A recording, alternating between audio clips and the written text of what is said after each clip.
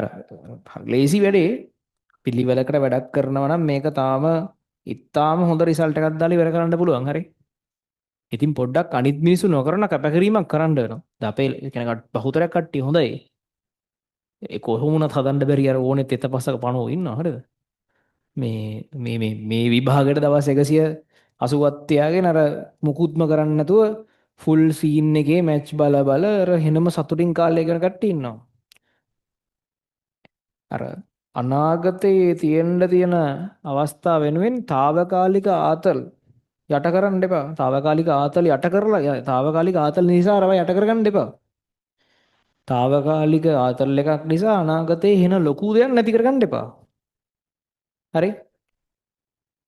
ඒ හින්දා අර දවසක කොහේ වර්ල්ඩ් කප් එකක් ගැහුවත් ඒ රට ටිකට් එකක් දාගෙන ගිහින් බලන්න එන්න පුළුවන් ගන්නට හැදෙනවා මිසක් දැන් මේ ඒ ලෙවල් ඇස්සේ අමාරුවෙන් කොහෙන් හරි මේ YouTube එකේ දෙන්නෙත් නැනේ කොහෙන් හරි ලින්ක් එකක් හොයාගෙන අර හින්දියෙන් යන උණුහරුප ටික ඔක්කොම අහගෙන මොකක්ද අර කියනවා නේද මොනවද කියන්නේ ඒ ටිකත් අහගෙන මේ අමාරුවෙන් බලන්න එපා